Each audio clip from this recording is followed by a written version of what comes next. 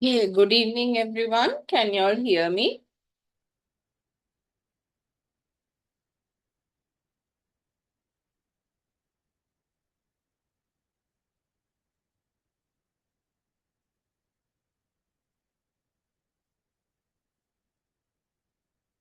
Okay. So I think people are still joining, so we'll give them about 10 minutes to join in and we'll start at 7:10. Okay.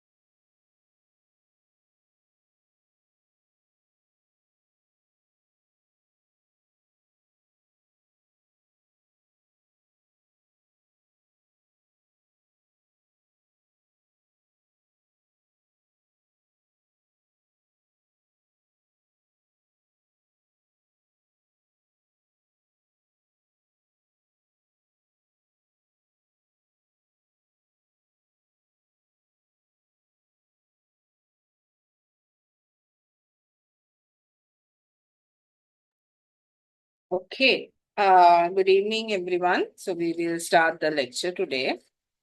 So today we will be discussing about how we can manage the project stakeholders. So this is a very critical aspect of project management.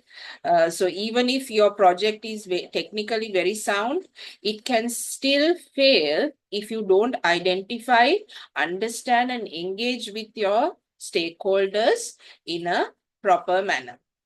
Okay, so in this session, we will look at who the stakeholders are, why they matter, how you are going to analyze them, and what are the strategies that you can use to manage the stakeholders.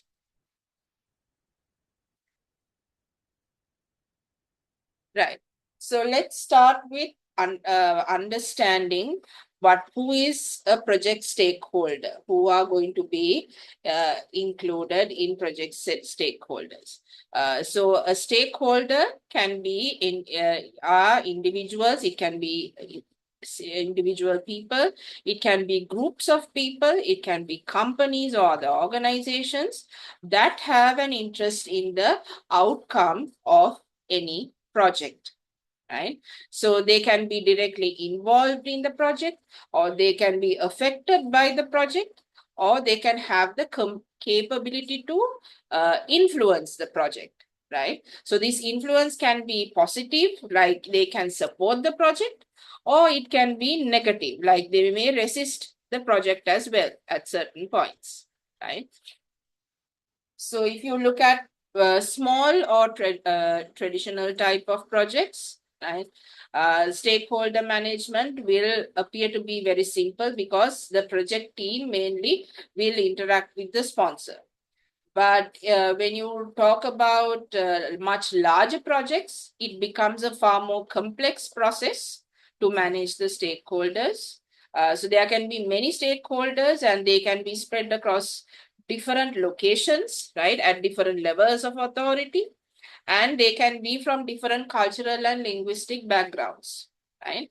So understanding your stakeholders, therefore, it's not optional, right? It is very crucial for the success of your project. Okay.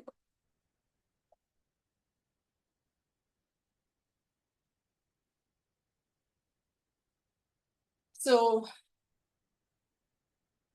in our process of managing the stakeholders, we need to develop what we call a stakeholder management plan, right? So the stakeholder management plan will give you a framework for how the project team is going to identify, categorize, analyze, as well as engage with the different stakeholders. So it basically, in other words, it means that how it will tell you how you're going to handle the stakeholder relationships throughout the lifetime of the project. So this plan is going to be important because that will allow the project manager to be more proactive rather than being reactive, right? Sometimes in projects, sometimes if you don't manage your stakeholder relationships properly, your stakeholders might create problems within the project itself. So when you have a problem, rather than reacting to a problem that has come up, a stakeholder management plan will allow the managers or the project manager to be proactive. So the project manager, with this stakeholder management plan, they will develop an understanding of the uh, the motivations and what type of a power they have, what is the level of allegiance they have with the project. So they will be able to come up with suitable strategies to manage those relationships with the stakeholders. So instead of waiting for resistance to come up, the manager can anticipate what the stakeholders' needs and concerns are at the early stages of the project. So the most influential stakeholders can be very valuable and valuable allies. when there are challenges in the project itself. So in the early stages of the project, this plan will help to align your key stakeholders to the goals of the project, right? You have to make sure, you can make sure that your key stakeholders are knows what the project is going to deliver at the end of the day, right? And that they approve it. And it also helps to turn the key stakeholders into advocates for project success. So you can, by managing the stakeholders properly, you can help them to be advocates so that they will actively support the success of your project.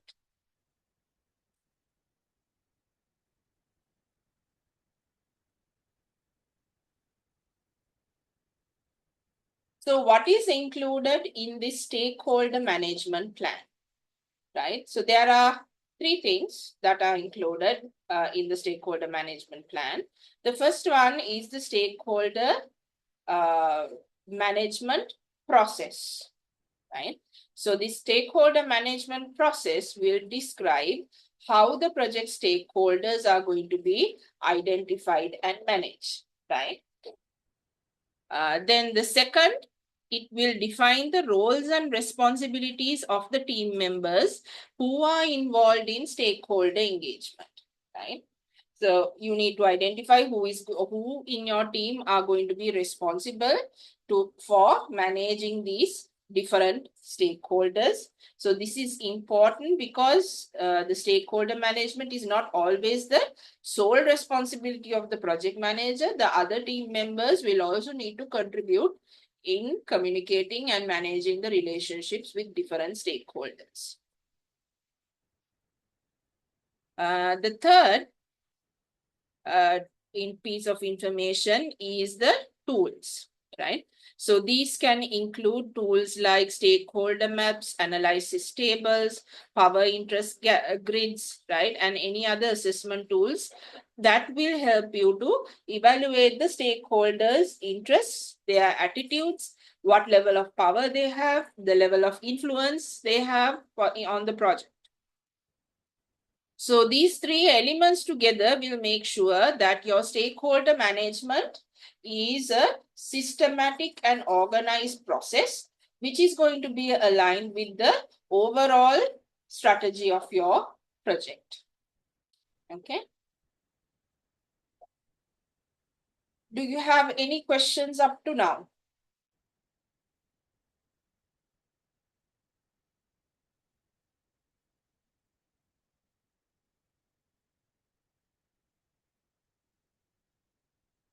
Any questions? You can type on the chat box if you have any questions. Or if you don't have, you can say no.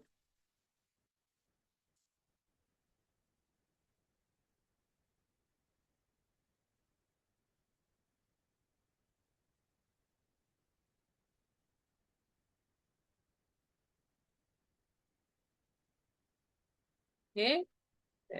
No, right.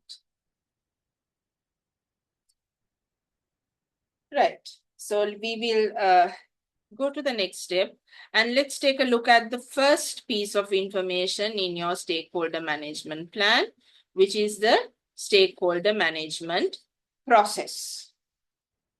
Okay. So in this stakeholder management process, there are three broad stages that we will be following. The first stage is the identification of the stakeholders. So at this point, the project team will have to come together and identify all the possible stakeholders. And after you come up with the list of all the stakeholders, you can try to determine which stakeholders are the primary stakeholders. That means who are the people who has the greatest ability to influence the project either positively or negatively. Okay. So in the first step, you will identify the stakeholders. And after that, out of those stakeholders, you need to identify who are the primary stakeholders. So primary stakeholders are the people who have the most influence on the outcome of the project. So when you say most influence, it can be positive or negative even. So the second step is to analyze the stakeholders, right? So here the team will have to assess each stakeholder's decision power, right? How much of control they have over the resources that are used in the project, right? Whether they have any critical knowledge that is required for the project to succeed, right?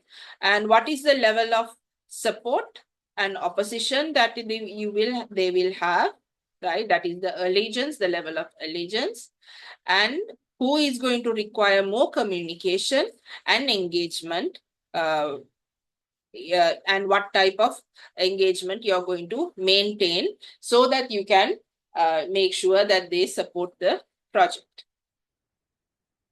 So this is your second step. So the third step is to create a stakeholder strategy. So stakeholder strategy is basically trying to come up with how you are going to engage with a certain stakeholders and how you are going to manage the right set of stakeholders. So in the third stage, once you understand understand the stakeholders, the project manager has to develop the suitable engagement approaches, how they are going to approach these stakeholders and engage with them.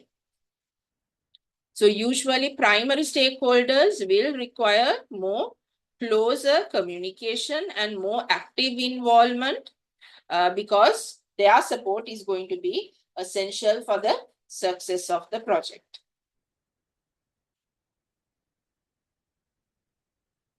Okay. So when we are doing this stakeholder analysis, right? So we talked about in the previous slide, we talked about the first step, which is identifying that you need to think about the context and identify who the stakeholders are. So in the second step, how do we analyze this? So when we analyze the stakeholders, one of the useful tools that we can use is this power allegiance grid, right? So this tool will help you to categorize your stakeholders based on two dimensions. The first one is power, right? So power is basically how much a particular stakeholder can influence the project. So when you say influence in the project, it will talk about whether they have decision-making authority about the project. Do they have any control over the resources, right? So these things will tell you how much of power or how much of influence a stakeholder can create over a project. And then the next one, the second dimension is the allegiance. That is the level of support or resistance that a stakeholder will show towards the project, right? So how it will talk about whether they are supporting or opposing a particular project. Okay. So why do we use this power allegiance grid? So the purpose of this grid is to help the project managers to decide where they are going to focus their energy. So not all stakeholders doesn't need to be say managed or treated in the same way.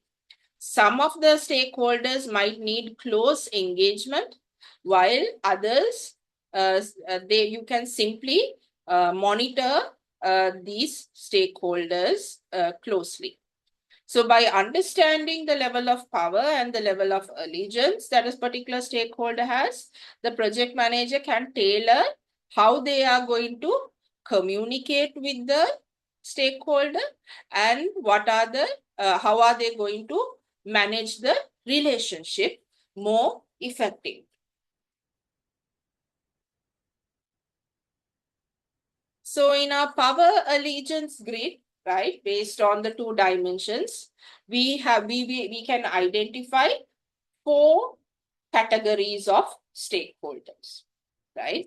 So you have high power and low power on one side, and on the other side, you have high allegiance and low allegiance.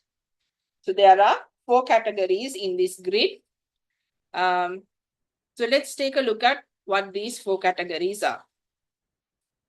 So the first one is the key players, right? So key players are the people who has high power over the project, and they have high allegiance, which means they are very supportive of the project as well. Okay.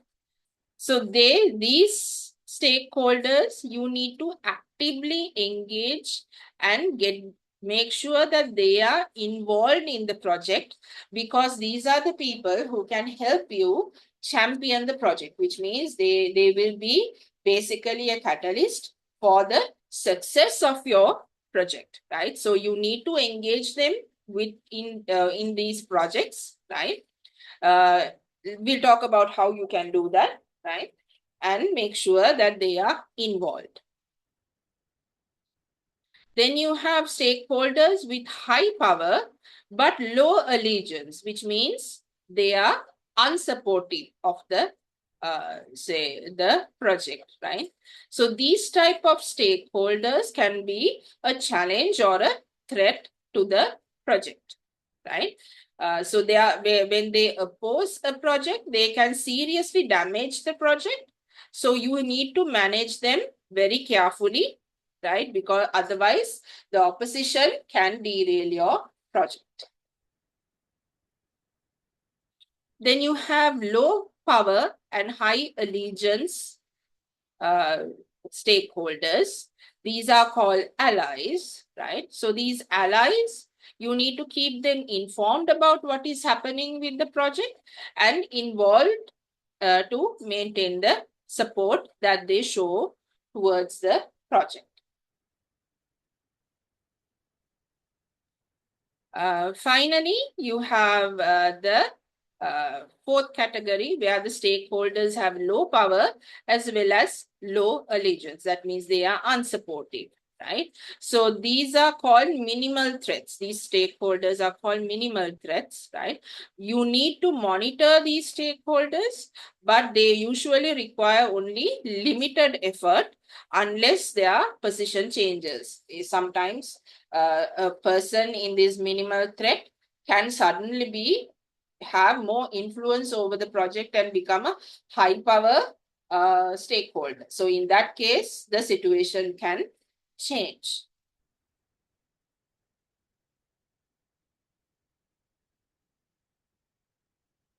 So when we look at the high power and high allegiance or the key players, right, you need to involve these stakeholders in the decision making, right? They need to be part of the decision making in the project, and you need to keep them closely informed about the changes and the progress of the project.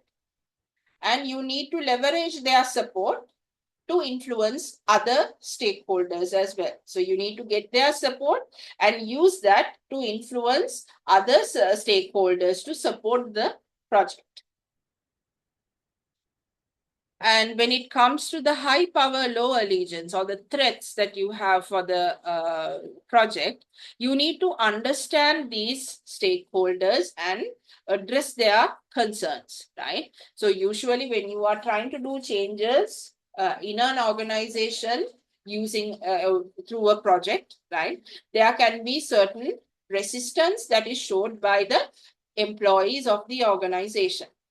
So these employees can be categorized as the high power, low allegiance category. They will usually fall here.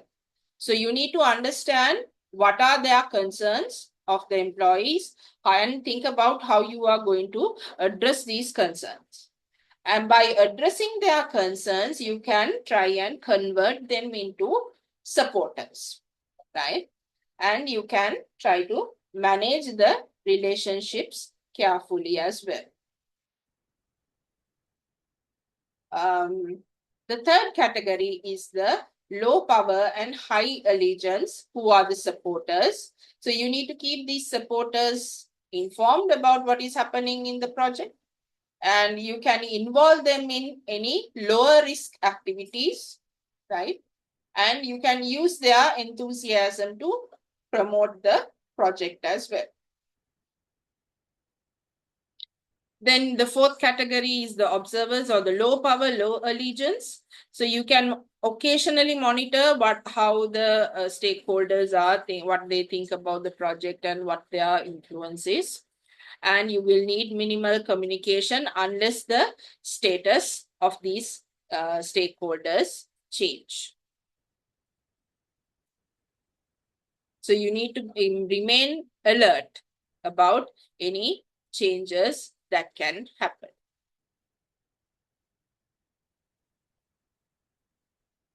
So you can draw the power allegiance grid in this manner as well, right? So it will help you to quickly see where each stakeholder stands, right? So for example, if you look at the high power, low allegiance or the negative allegiance, you can see that you need to have significant engagement with them, right? If the power level is medium, it can have limited engagement. If the power level is low, you can have little to no engagement with such stakeholders. We take an example. If several stakeholders will fall in the high power but low allegiance quadrant, that will usually show a major project risk, right? Because there can be these negative aspects can say negative influence can say have a bad say situation inside the project.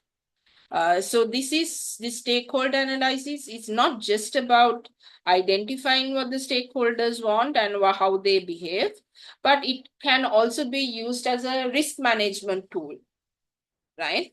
So it can help you to identify what type of risks you will run in the project because of the stakeholders as well. Okay. So that's about the power allegiance grid. So this is one of the tools that we use when we analyze the stakeholders. Do you have any questions on this?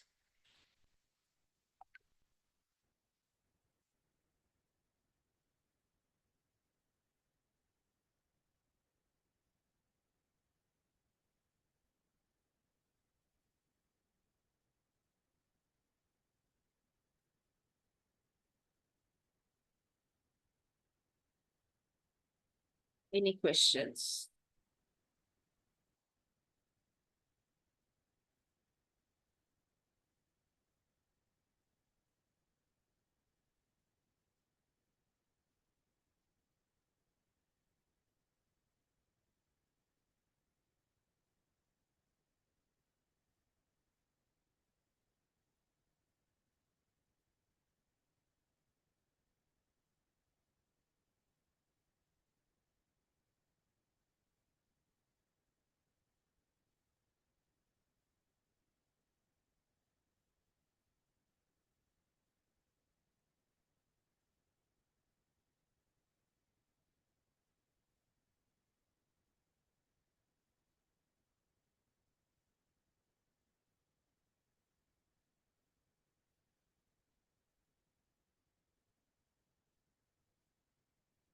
Yes or no? If you don't have any questions, you can say no.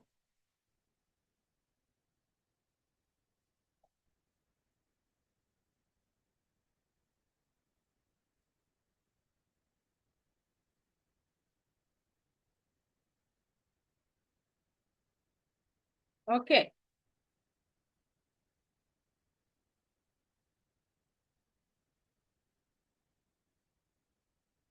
Right.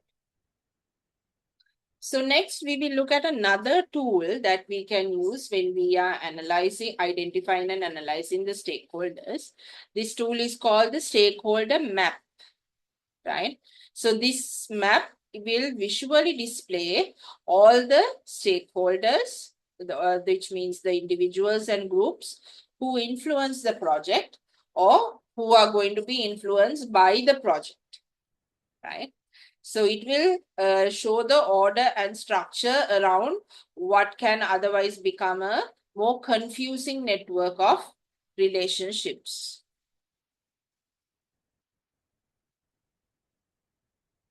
So a stakeholder map should be ideally created at the project initiation phase, right? You need to create it at the very beginning stage, at the project initiation. So if the team waits too long, important detractors sometimes can go unnoticed, and sometimes potential champions may not be properly engaged during the project. Right? So the stakeholder map is useful, especially in large projects, right? Where there are a lot of stakeholders involved. If it is a simple project, of course, there will be only a very small number of people involved and a small number of relationships to look at. So this is a very dynamic tool, which means it needs to be reviewed and updated regularly as the project will proceed, as the project proceeds in future, right? So it's not a one-time thing. You need to review and update it regularly.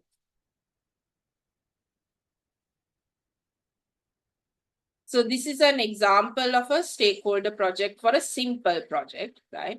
So in a simple project, the stakeholder environment is more straightforward. There are few number of factors and the relationships are easier to understand, right? But even in a simple project, it is helpful to create a stakeholder map because it will prevent the project team from overlooking any important group or important stakeholder, right? And it also helps you to clarify who has direct influence and who is affected and who needs to be informed or consulted, okay? So you can see that the straight lines, the solid lines show the stakeholder relationships and the dashed lines show who are collaborating with each other, the collaborative relationships. Okay.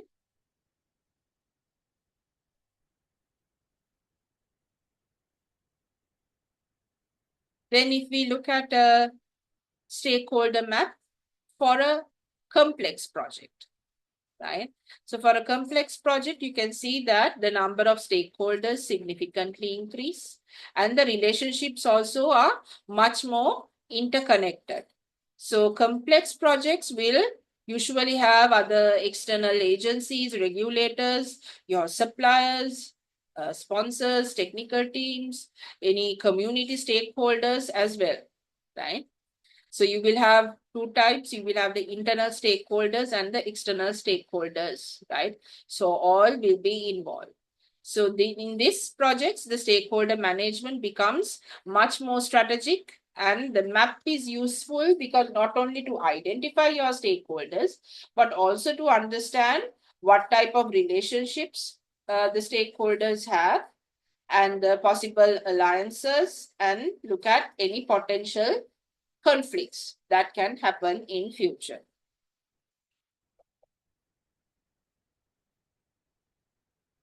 Attendance sheet, can someone share it again? I do not have the attendance sheet. It was shared here, right?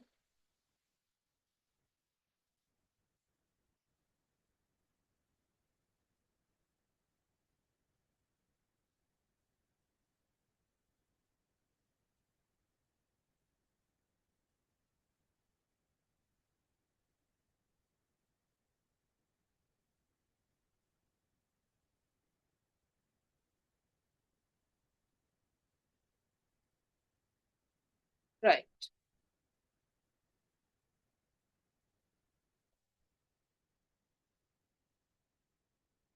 So after you map the stakeholders, the next step is the stakeholder analysis, right?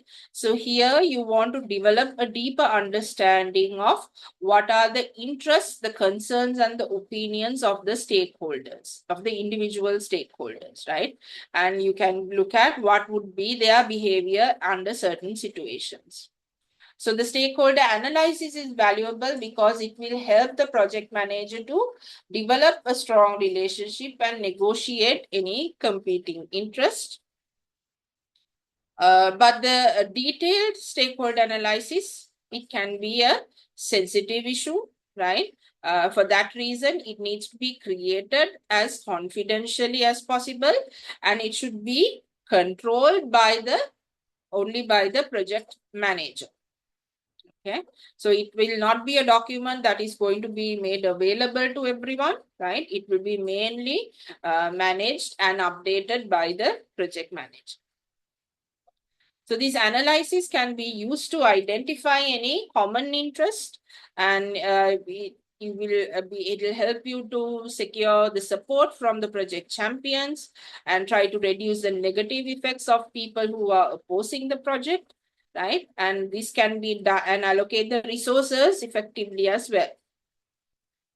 So there are several common tools that you can use in this case. You can use what we call the stakeholder analysis table. There are evaluation matrices as well as strategy matrices.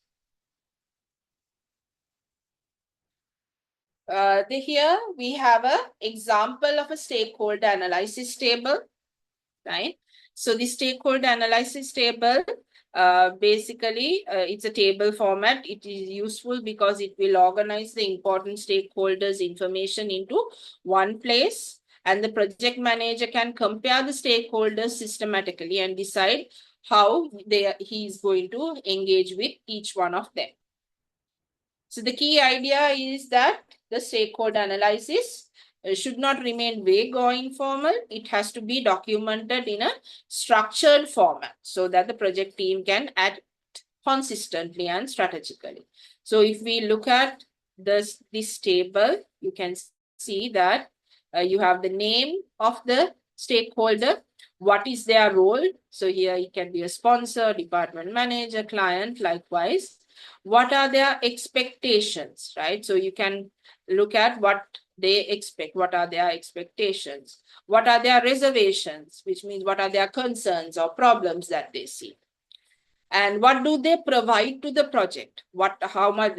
This will basically talk about how much of power they have over the project and how they get involved in the decision making as well.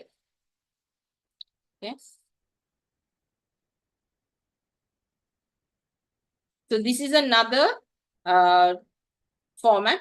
So there are different formats when it comes to the tables. So this is another format where you have the stakeholder name, the role or position, what is the interest, and you have two columns mentioning what would be the power, right? The power of that this particular stakeholder has, and the allegiance, right? And based on that, what you can decide what will be the impact level.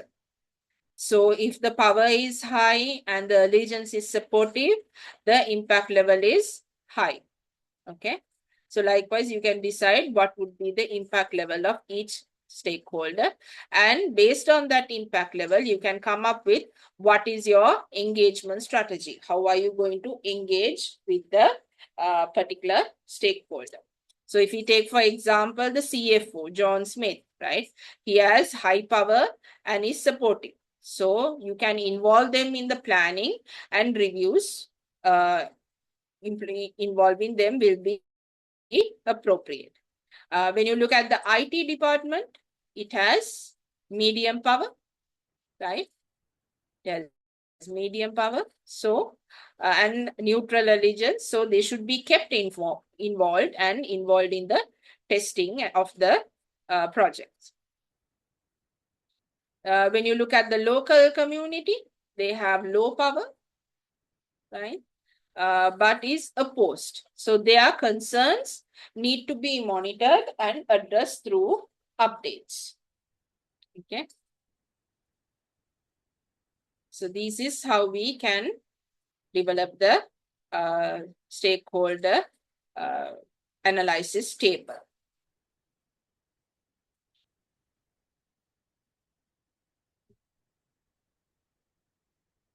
The next one is what we call the stakeholder evaluation matrix. So this is another analytical tool that we can use here. So this will examine the relationships between the stakeholders' characteristics. So especially when you say characteristics, you will have the organizational influence and the allegiance to the project, power and allegiance again, right? And this matrix is built using information from the stakeholder map and the analysis table, right? So you can have a more simple version by using a 2x2 matrix here. Like I will show you an example here.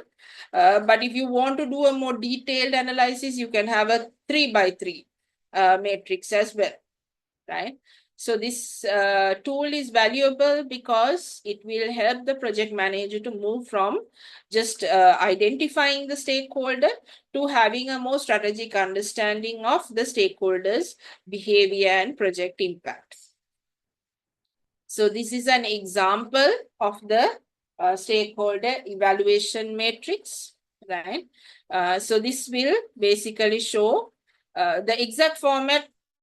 It can vary, but the purpose will be the same, which is to classify the stakeholders according to their relative influence and support level, right? So by plotting your stakeholders where they are based on the allegiance and the influence, right, you can identify where the most urgent engagement effort is needed. So the most engagement effort will be needed on when the influence is high and either being unsupportive or supportive. And it will also help to communicate with the stakeholders clearly when they go ahead with the project.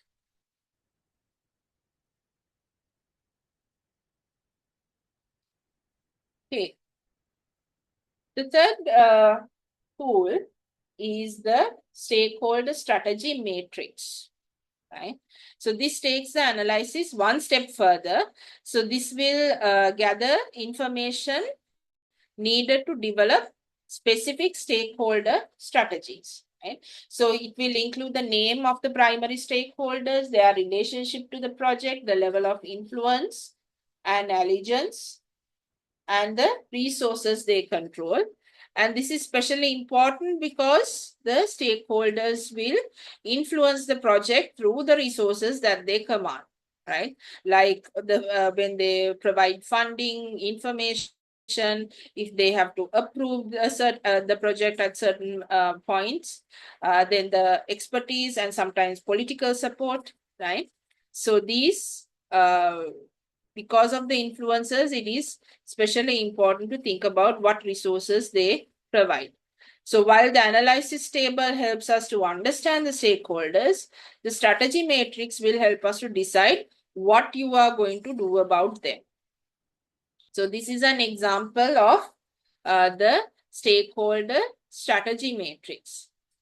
So you have the stakeholder's name, you have the relationship to the project, whether it's a sponsor, functional manager, likewise, the level of influence, high, low, medium, allegiance to the project, whether it's positive, neutral, or negative, and what are the resources that they provide. Is it money, knowledge, decisions?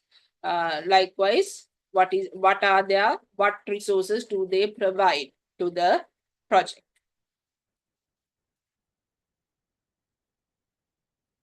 Okay. So these are the 3 tools that you can use in the stakeholder analysis process. Do you have any questions on this?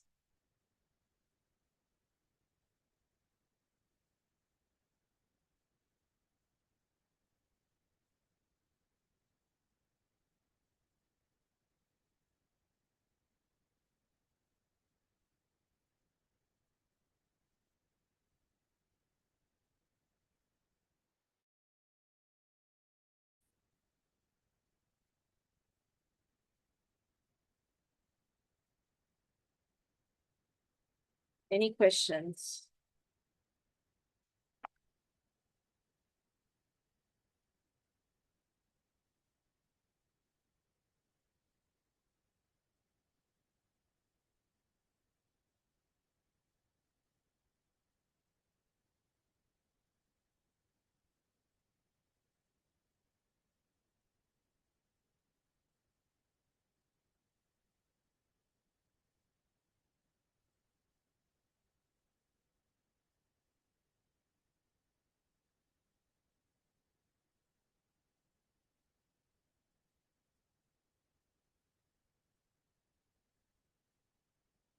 Any questions?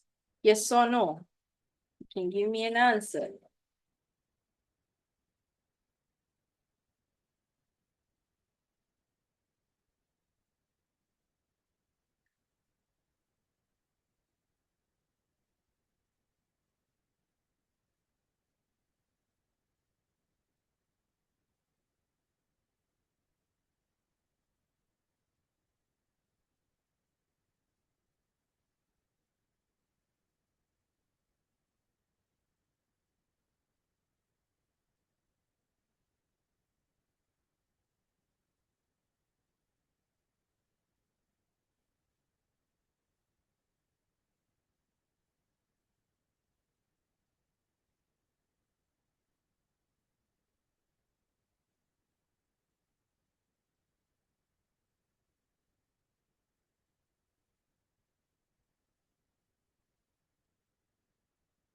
Okay.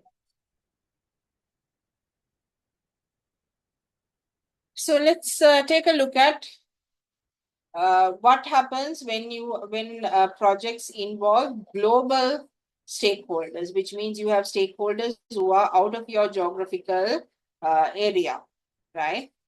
So in this case, the process becomes a bit complicated, right? So not all stakeholders are easy to identify, and they are often more of them, right? There will be more say stakeholders that you cannot see.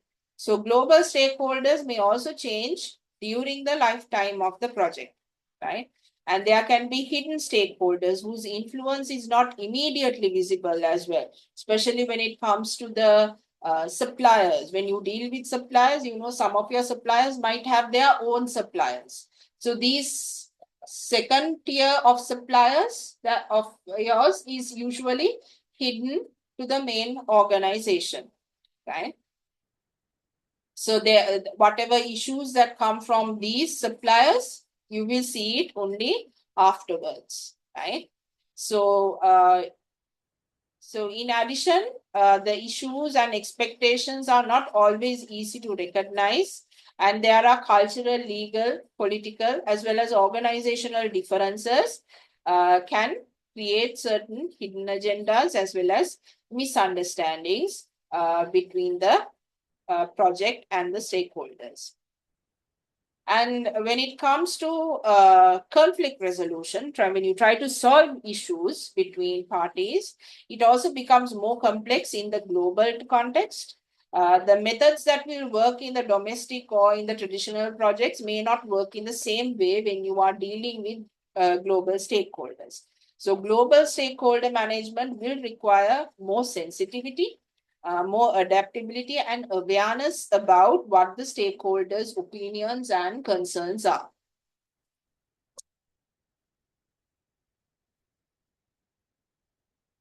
Okay.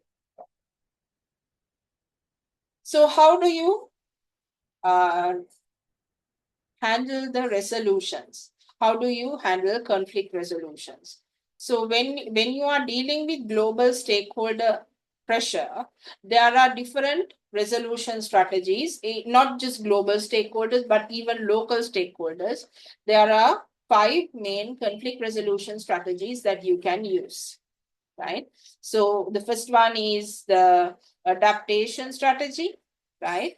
Then you have compromising, avoidance, dismissal, and influence, right? So these strategies will differ on how actively the project is responding to the demands that are placed by the stakeholder. Right? So some of them will involve compliance, some will involve negotiations, some will involve shaping their expectations. So the key is to choose the most appropriate strategy based on the stakeholders' power, their legitimacy, the urgency, and the project context as well.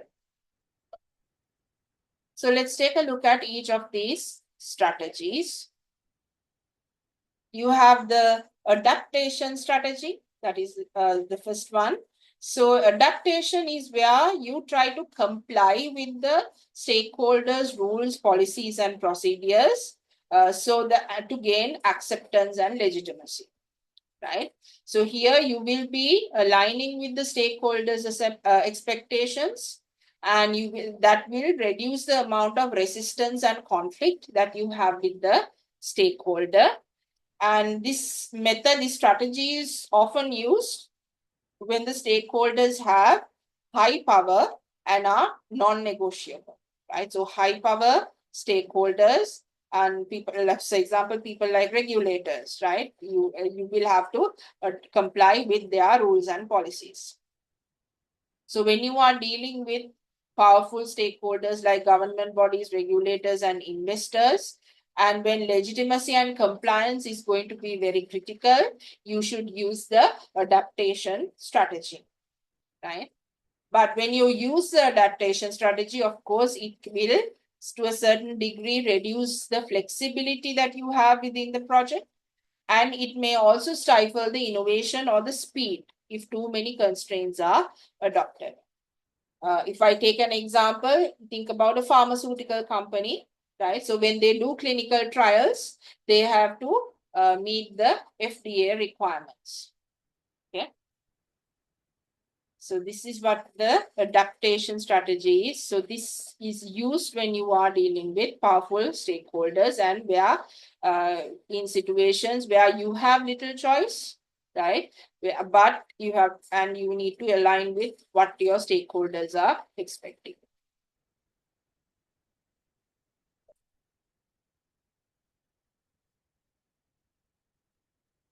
The second is the compromising strategy. Okay. So in the compromising strategy, you can engage in, is where you try to engage in dialogue and negotiate with the stakeholders, and you try to find a mutually acceptable middle ground, right? Mutually acceptable solution. So this strategy is going to be based on the cooperation, consultation, as well as the mutual adjustment, which means both parties will have to adjust to a certain degree, and you need to balance the stakeholder needs and the project needs. So when should you use this? You have to use it when you are dealing with stakeholders who are important, but whose demands can conflict with what the project is trying to achieve, right? Which conflicts with the project. And you can also use this in politically sensitive or contested environments as well. Right? So the risk is that a compromising strategy is always time consuming. You need time to develop the dialogue and negotiate with the stakeholders. And sometimes it can lead to a diluted outcome, or you can also experience the scope creep, right? So what is this scope creep? Can one of you all tell me? I think you might have discussed this earlier. What is scope creep?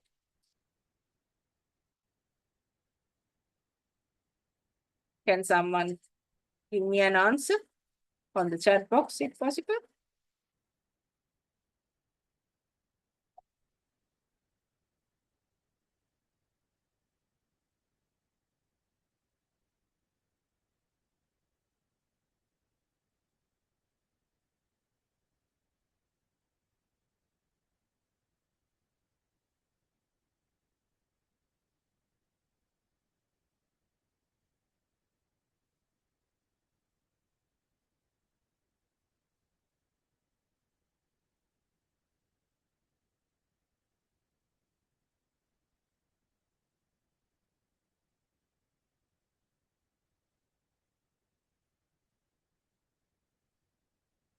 What is scope creep?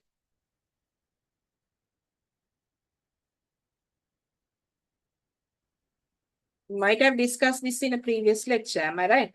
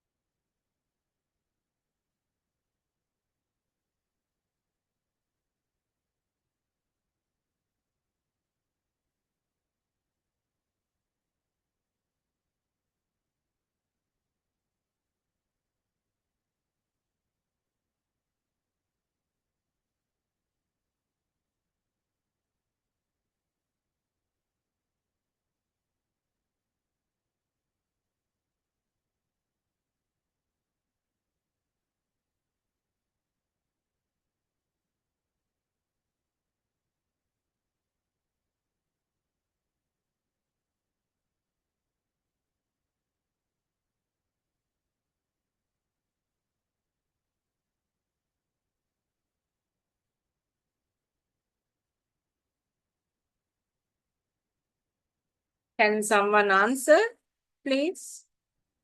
Or let me know if you did not, if you have not discussed this.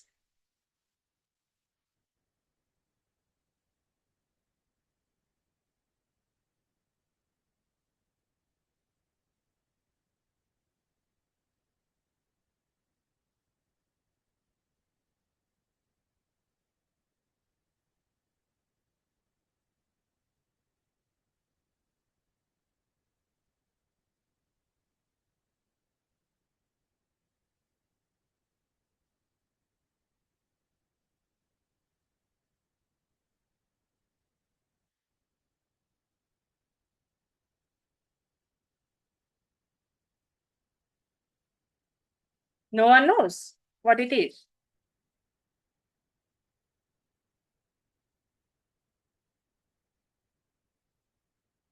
Okay, quickly, small exercise.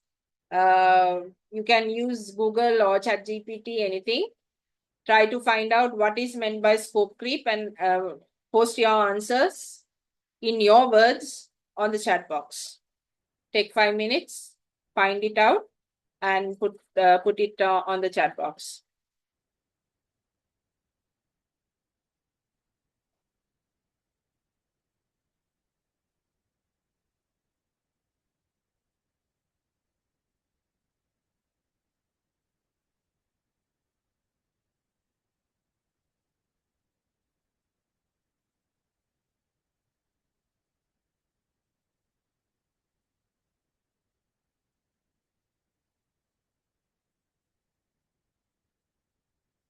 Okay, I have got one answer. What about the others?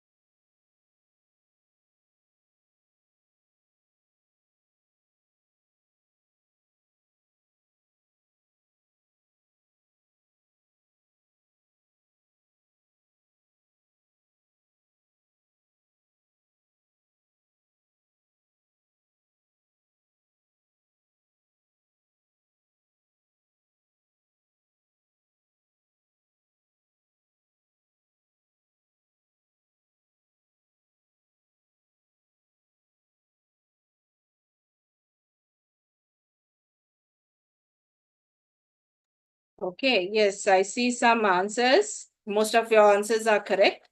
So your scope creep is basically what you will the expansion of the scope, right? So at certain points, customers, when they realize that they need more functionality within the project, they will go ahead and request those changes. So when you are compromising, when you're in a compromising strategy, you will have to give some uh, say you will have to give some ability and say cover some of the customer's requirements, so that will in turn increase the scope. So a scope creep can happen here. So if we take an example, a city infrastructure project when they negotiate with residents to modify the construction timelines and reduce the amount of disruption. Okay, so this is a compromising. The third strategy is the avoidance strategy, right? So here this is where you will loosen the attachment to the stakeholder or limit the interactions that you have with the stakeholder, so that you can reduce the dependence on them and reduce the confrontations as well. So avoidance does not necessarily mean that you're going to ignore the person completely. Rather, you are making a choice to limit the engagement where the cost of interaction is too high relative to the benefit. So this can be suitable for stakeholders with low power but high conflict potential, right? However, the risk is that the conflict may later escalate if those stakeholders feel that they are being ignored or excluded, right? And that can damage the reputation or social capital. So this strategy should be used carefully and only where justified. So a startup that is a startup, if they decline to involve any non-aligned industry association in early product development, right? This sometimes can lead to a damage in their social capital, as because they will not be part of the industry association, they might lose out on some of the benefits that they can get. The fourth strategy is the dismissal strategy. This means that you are rejecting the stakeholder demands altogether because they are seen as illegitimate, unreasonable, or of very low impact. Okay. So the key features is that it is a reactive or assertive posture, right? You are refusing to engage with the stakeholders' demand, and it is most of the time used to preserve the focus and the resources that you have in the project. So you can use this with stakeholders who have low power and legitimacy, and when demands are unreasonable or against the values of the project. So this is a more stronger and more assertive stance than the avoidance, right? It may be appropriate when the stakeholder has little power and little legitimacy. So however, the dismissal will carry a certain risk. Stakeholders can gain influence over time, and the public backlash is always possible, right? So if you take an example, a company that is refusing to meet demands from a fringe protest group, right, can lacking any broad support or legitimacy. So the company can refuse them to meet demands, but later on, if they gain more power over time, the company is going to face an issue with the stakeholders. So therefore, the project manager should use this strategy only after careful judgment. The fifth one is the influence strategy. So influence strategy means you are proactively shaping the stakeholders' expectations through persuasion, framing, strategic communication, and agenda setting.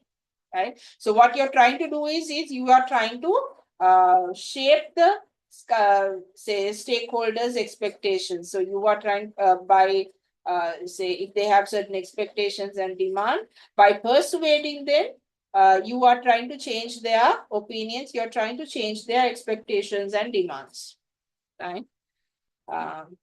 So it is a more advanced and long-term strategy. So instead of reacting to the stakeholders, the project tries to shape how stakeholders think about the project. So this is useful when the stakeholders are undecided about the project or when the public opinion matters in most cases. But this is not a very transparent and ethical method, right? It can be seen as manipulation by certain stakeholders, right? So the influence requires both a good communication skills as well as good integrity as well. You take, for example, if renewable energy company is running an awareness campaign to change the public opinion, right, and gain community buy-in for a wind farm, right, then that is where an instance where they are using influence strategy, right? But some community members might see this as manipulation for their purpose. Okay, so those are the 5 strategies that you can use to resolve any conflicts that you have with stakeholders, local or global. Do you have any questions?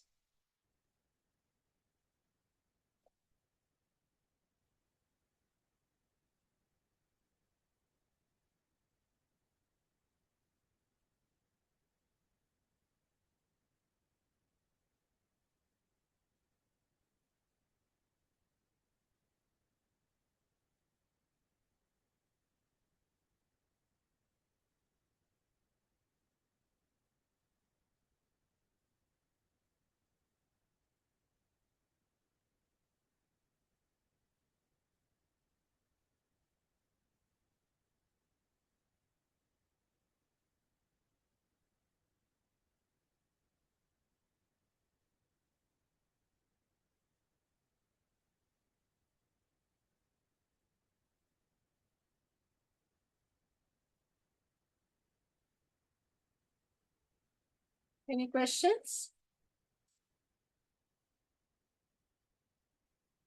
Okay, right. So let's take a look at a small case study. Yeah. So this is a case study in which was done in 2022. The Ministry of Health launched a project, this is in US, right, to implement an electronic health record system across the public hospitals. So one pilot site was the Central City General Hospital, right, and which is a large tertiary care hospital with over 1,000 staff members. So the project had a clear strategic purpose, that is to improve patient care, to reduce the paperwork and streamline the medical data management. But it is also highly complex, right? So there is a large budget of $5 million, right? Many stakeholder groups and major organizational changes expected as a result of the project. So this is a good example for understanding why stakeholder analysis is very important. So the first step is you need to identify the stakeholder groups, right? So these are the stakeholder groups that were identified. You had the hospital management, includes the CEO, CIO, department heads likewise, the doctors, nurses, IT department, Ministry of Health, the patients, the EHR vendor, administrative staff, the unions, and the data protection authorities. Okay. So each group has different interests, right? And the management will focus on strategy and performance. So the doctors and nurses are usually focused on the usability and patient care. If you look at the IT department, they focus on technical feasibility. Then the ministry will focus on the policy and the funding. Unions will think about the workload and the job security. Regulators will think about the privacy and the compliance, right? So there you can see a diversity of interests, right? So this is why stakeholder analysis is important, right? So in this context, right, what I want you to do now is take this stakeholder group list, right, and using the power allegiance grid, can you categorize these stakeholder groups? Think about what they want and what they can do, how supportive they are or not, right? Try to categorize these four into the four quadrants of the power allegiance grid. Take about 10-15 minutes and try to do that, and then you can send it on the chat box.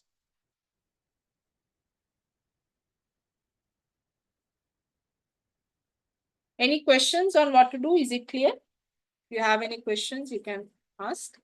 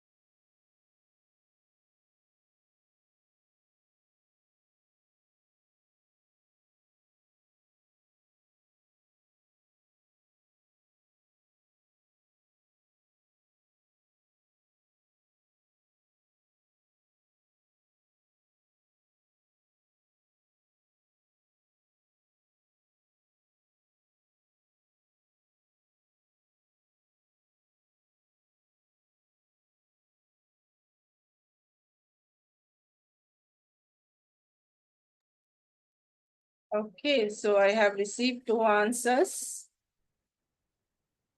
What about the others? Still on it?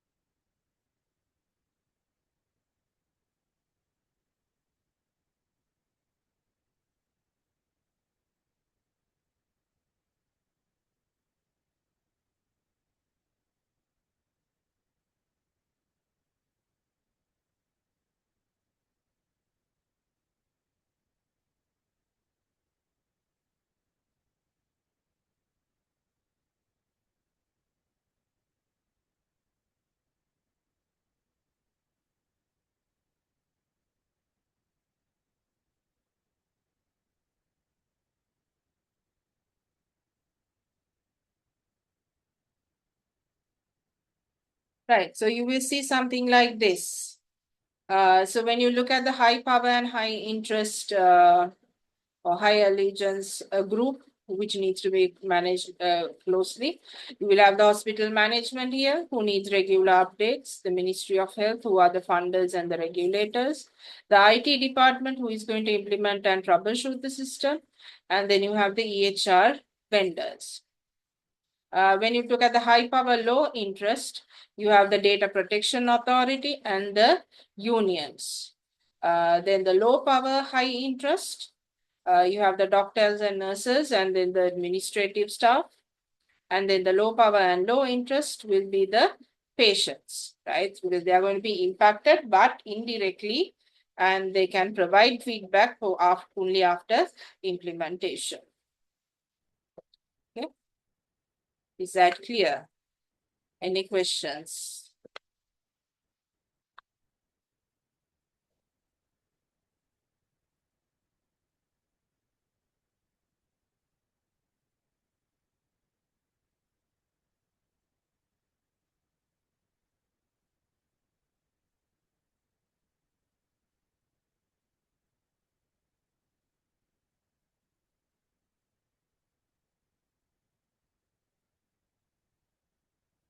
Right. So based on this, can you come up with the engagement strategy?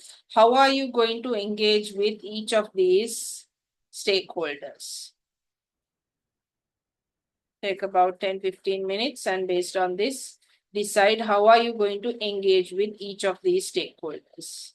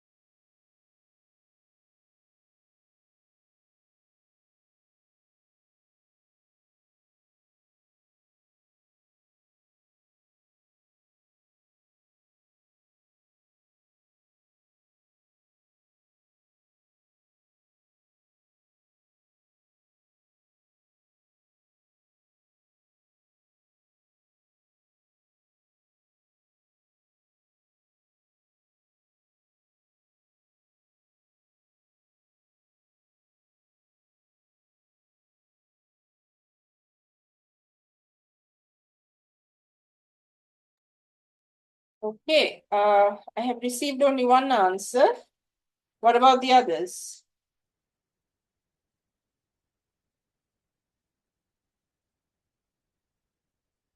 We need to come up with the engagement strategy.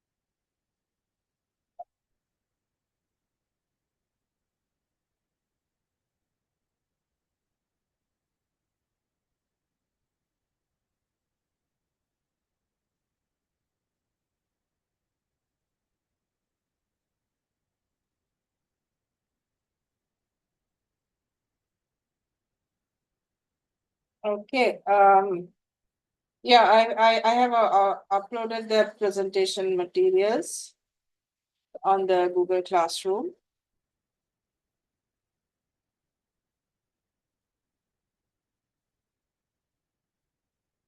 Right.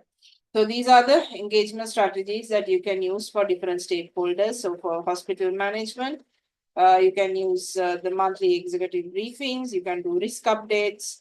Then for the Ministry of Health, you need to send quarterly progress reports and do milestone-based audits on the project. For the doctors and nurses, you can provide training, workshops, and user testing sessions.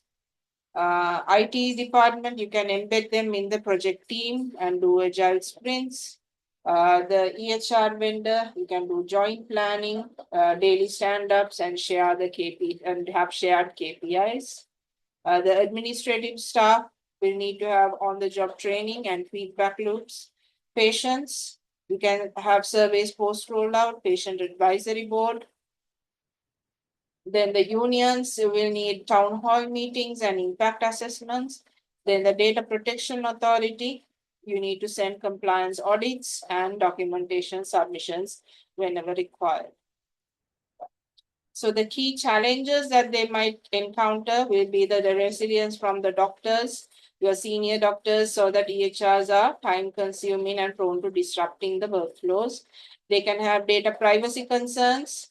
They can have there can be change fatigue, staff that are already adapting to several reforms, and they can have show resistance to new technologies. Vendor coordination, there can be delays in customization because of unclear communication protocols. So what outcomes can you have? So after you realign the stakeholder strategies, you can get the doctors to buying into the into the project, right? So after customizing the interface to reduce the documentation time, nurses they reported high satisfaction due to faster access to patient records. Unions started supporting the system after they got assurance that there were no job cuts and workload monitoring. Um, and then the data compliance was achieved by adding local data servers and encryption.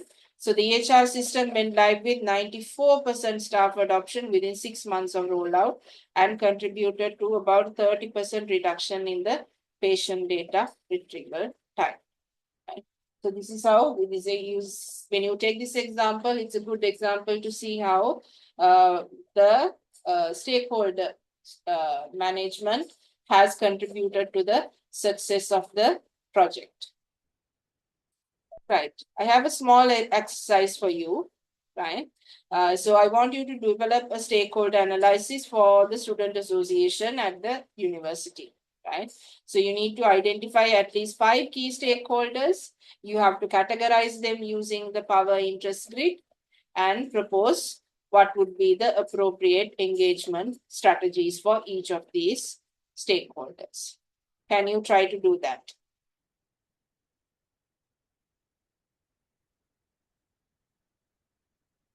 Put your answers on a Word file, and then once you complete it, send it to the send it through the chat box.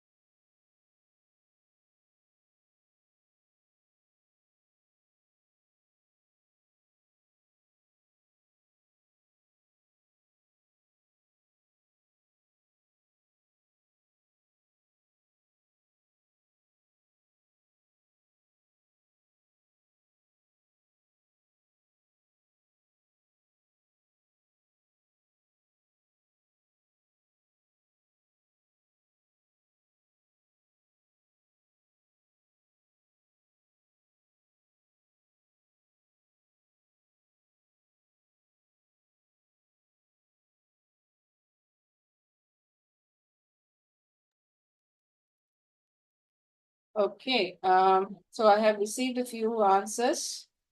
I'm giving here a example answer, so your answers can be a bit different from it. But of course, the link between identifying the stakeholders to identifying what would their power and allegiance will be to the engagement strategy, that chain has to be maintained.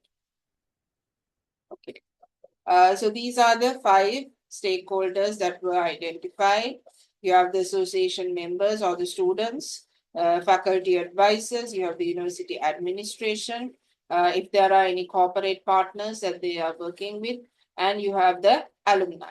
So these are the roles that they will play.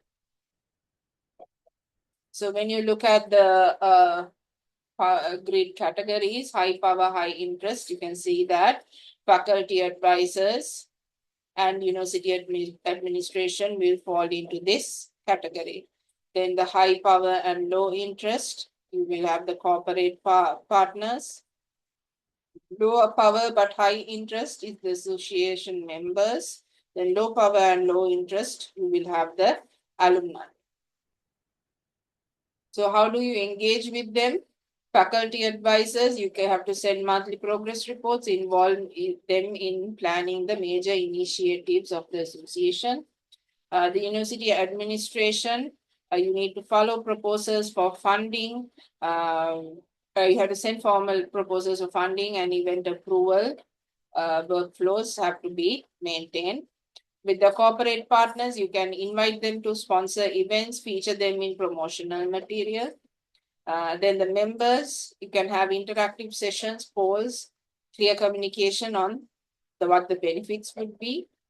And then the alumni, you can have an annual networking event. You can send quarterly newsletters highlighting what are the achievements. So you can basically inform them on what is happening and kind of monitor what they're monitor them as stakeholders.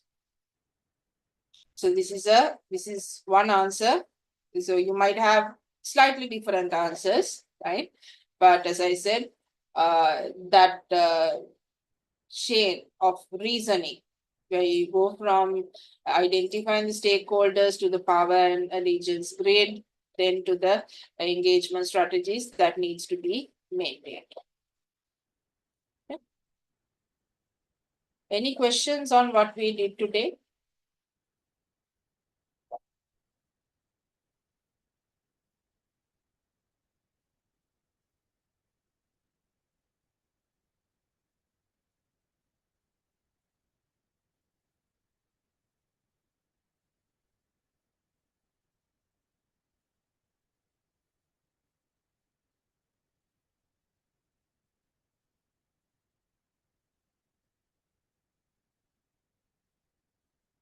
Any questions?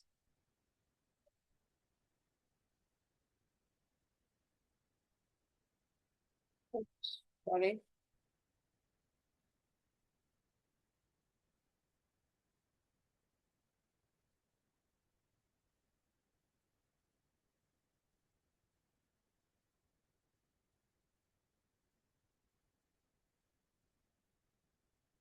Yes, so everything is perfectly clear, I hope.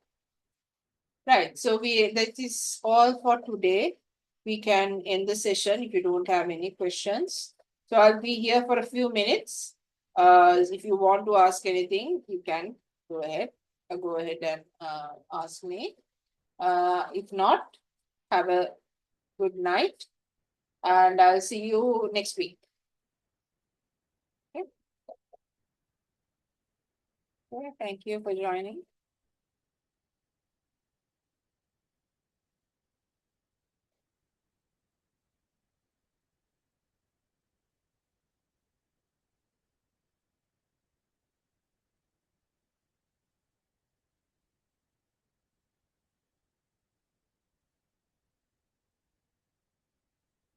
Good night.